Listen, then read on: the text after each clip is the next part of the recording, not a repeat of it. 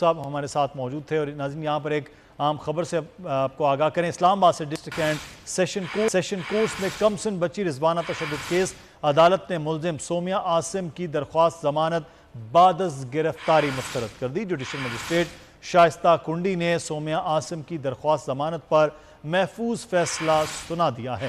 احتشام علی عباسی ہمارے ساتھ موجود ہیں. احتشام، آگاہ کیجیے گا، کیا اپڈیٹس ہیں؟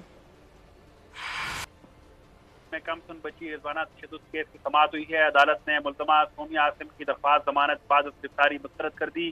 جوڈیشل مجسٹریٹ شائستہ کنڈی نے سومیہ عاصم کی درخواست ضمانت پر محفوظ فیصلہ سنایا ہے.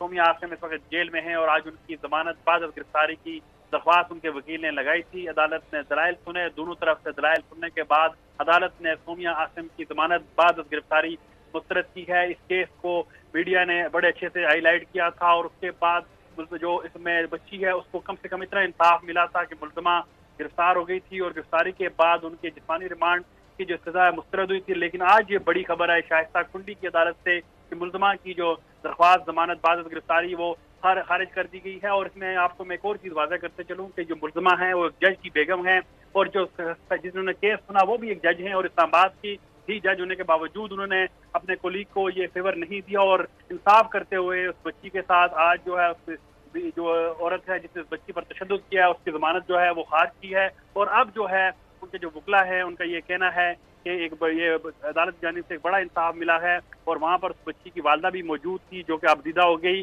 اور عدالت میں بھی انہوں نے رو کر یہ بتایا کہ ان کی بچی پر بڑا بے ایمانہ تشدد کیا گیا اور تشدد کرنے کے بعد بچی ان کے حوالے کر دی گئی اور وہ بچی نقاب نہیں کرتی ہے. اس کو جب ان کے والدین کے حوالے کیا گیا ٹھیک ہے. بہت شکریہ احتشام، آپ ہمیں تفصیلات سے آئے تھے. بہت شکریہ. نگراں وزیر اعظم کا معاملہ ہے. اب دیکھتے ہیں کہ ہونے والی ملاقات جو وزیر